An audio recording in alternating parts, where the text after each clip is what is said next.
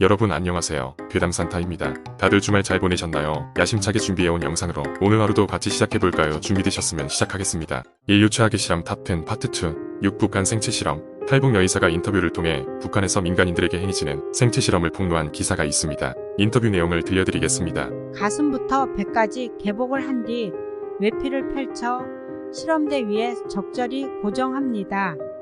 갈비뼈도 일부 드러내고요. 그런 뒤 간을 절제해 현미경을 박아 넣었습니다. 장기가 마르지 않게 생리식 염소에 호르몬을 희석시킨 가짜 체액을 계속 뿌려주었습니다. 전신 마취를 하면 생리 활동이 둔화되어 잘 보이지 않기 때문에 국소 마취만 반복할 수밖에 없었죠.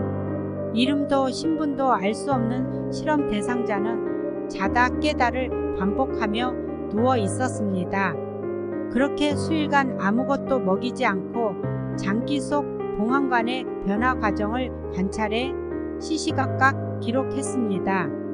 가느다란 신음이 들려온 것은 실험 시작 7일째 되는 날 오후 2시쯤이었다. 마스크를 쓴 연구진의 눈빛으로 복잡한 신호가 오갔지만 이내 피곤한 나머지 들리는 환청일 것이라고 해서 딴청을 피웠다. 그러나 다음 순간 들려온 소리는 분명 배고파요. 밥 먹고 싶어요. 단순한 신음이 아닌 사람의 말이었습니다. 인간의 원초적인 욕구가 만들어낸 그 한마디에 순간 하늘이 무너져 내렸고 그녀는 연구실 밖으로 뛰쳐나갔습니다. 마침 들어오던 선배들이 무슨 일이냐고 물었지만 한참 동안 아무 말도 할 수 없었습니다. 그녀의 눈에서는 뜨거운 눈물이 흘러내렸습니다. 생체 실험을 진행하며 어느새 기계처럼 말라버린 감성이 갑자기 터져나온 것입니다. 그날 그녀는 두 번 다시 메스를 잡지 않겠다고 스스로에게 다짐하며 입술에 피가 나도록 깨물었습니다. 그러나 그녀의 다짐은 지켜지지 못했습니다. 7남아공 혐오감 프로젝트 1971년부터 1989년까지 아파르테이트 시절 백인만이 입대 가능했던 남아공군에서 군에 입대한 사람 중 게이와 레즈비안 성소수자들을 색출해 전환치료를 시키고 전환치료를 거부하는 병사들을 강제로 성전환 수술을 시킨 일로 18세에서 24세까지의 게이 군인들과 레즈비언 여군들이 피해 대상이었습니다. 1970년대 초반 남아공에서 당시 68운동으로 서구 사회가 문화적으로 개방적으로 변화하자 보수 기독교의 보루인 남아공으로까지 동성애가 확산될 것을 염려하여 군인들을 대상으로 동성애 치료를 시작했고 20년 가까이 지속이 됐습니다.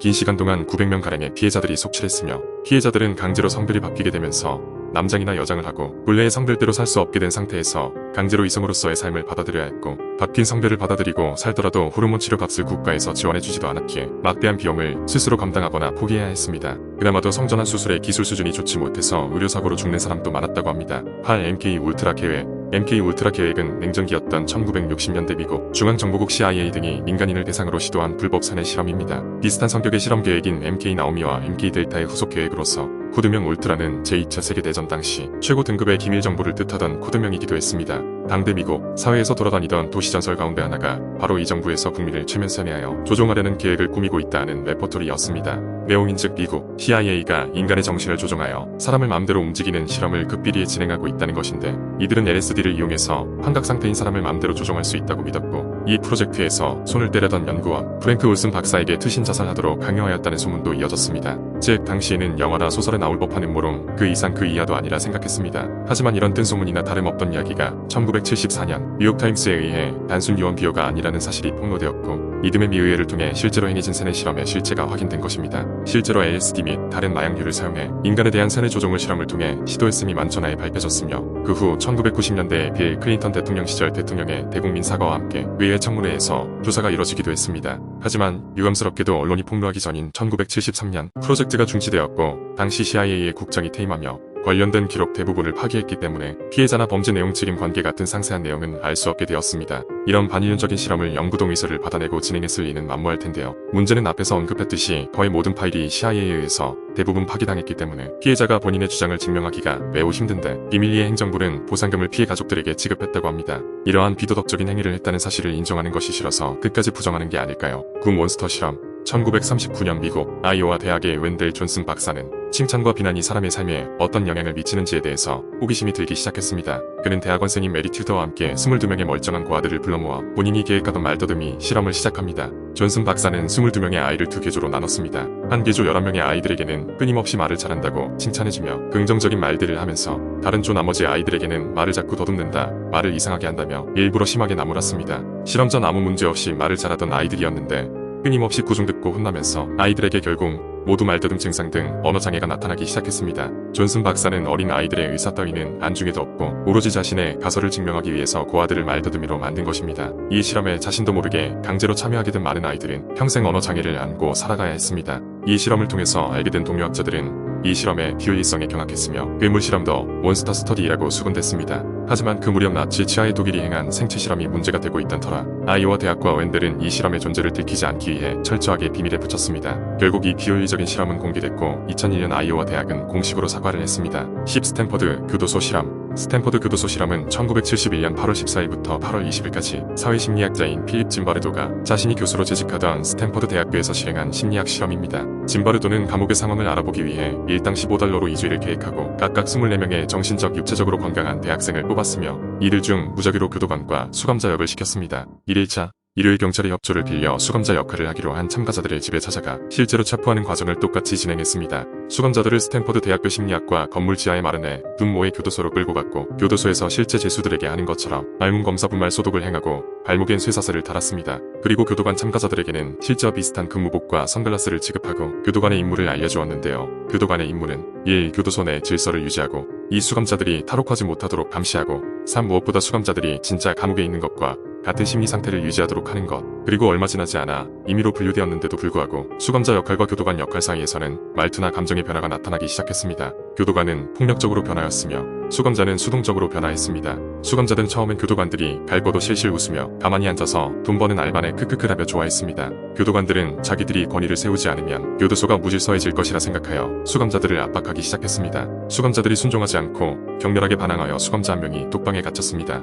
1번방 수감자들이 교도관들이 들어오지 못하게 침대로 문을 막자 교도관들은 2번방 수감자들의 옷과 침대를 빼앗고 발가벗고 지내기 싫으면 1번방 죄수들을 설득하라고 요구했습니다. 저항이 3번방과 4번방까지 번질 기미가 보이자 교도관들은 소화기를 뿌려 이를 진압하고 상대적으로 협조적인 3번방 수감자들에게 침대를 제공하고 특혜를 베풀고 다른 감방에선 침대를 모두 뺏었습니다. 죄수들이 3번방 수감자들을 배신자라 비난했고 3번방 수감자들은 결백하다며 식사를 거부했습니다. 그날 밤 수감자 한 명이 탈옥 시도하였으나 교도관이 이것을 발견해 수감자들을 더욱 압박하고 협조자에게는 보상을 내렸습니다. 2일차 새벽에 교도관들은 갑작스런 수감자 점호를 취하여 심각한 갈등 관계에 처했습니다. 이에 따라 수감자들이 폭동을 일으켰으며 교도관들은 아무런 교육을 받지 못했음에도 빠르게 그들을 진압하고 모두 뒤돌아선 가운데 한 명에게만 팔굽혀펴기를 시켰습니다. 이러한 상황에서 수감자 중 한 명은 정신착란 증세를 일으켜 도중에 실험을 그만두게 했습니다. 폭동이 일어나자 짐바르도 교수가 직접 참여하여 간수 대표 3명 수감자 대표 3명을 뽑아 지금 그만두면 3일치밖에 일당을 못 받으니 잘 해보자라는 말로 설득 실험을 잘 끝내보자고 다독였습니다.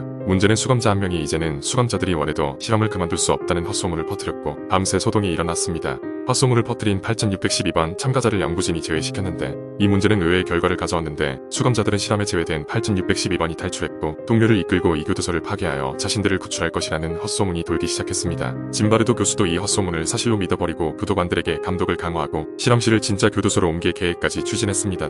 3일차 가족 면회가 있는 날 짐바르도 교수와 교도관들은 교도소의 치부를 외부인들에게 숨기려는 교도소 직원 심리 상태가 되어 있었습니다. 교수와 교도관들은 수감자들에게 2차례의 폭동으로 엉망이 된 실내를 청소시키고 점심 디저트를 많이 주면서 가족들에게 실험에 대해 좋은 말만 하도록 암묵적인 요구를 한 겁니다. 이미 수감자들은 적극적인 저항을 포기하고 스스로를 수감자로 여기고 있었습니다. 수감자들의 부모가 면회를 왔고 한 부모는 자기 아들을 꺼내려고 하였으나 짐바르도는 이를 저지했습니다. 고통을 호소하던 한 명은 언제든 자신이 원하면 그만둘 수 있었음에도 나가는 것을 거부했으며 결국 짐바르도는 실험을 중지시키고 실험자를 끌어냅니다. 4일차 수감자들 가톨릭 신부와의 면담이 있었는데 2명을 제외한 9명이 자신의 이름이 아닌 수감자 번호로 자신을 소개했으며 교도소에서 벗어나기 위해 변호사가 필요하다고 간청합니다. 이들은 자신들이 원하면 언제든지 실험을 그만두고 나갈 수 있다는 것을 알고 있음에도 단 3일 만에 완전히 수감자의 심리 상태가 됐습니다. 수감자들은 거의 모두 초췌하고 우울한 순종 상태, 심각한 정신건강상의 위기에 빠져 있었습니다. 이 상황에서 실험에 불과하다는 사실을 잊지 않은 수감자는 단 2명뿐입니다. 가석방 신청이 시작되었는데 돈을 내지 않고 실험을 종료할 수 있었으나 수감자 역할을 맡은 사람들은 보석금을 내고서라도 나가고 싶다고 했습니다.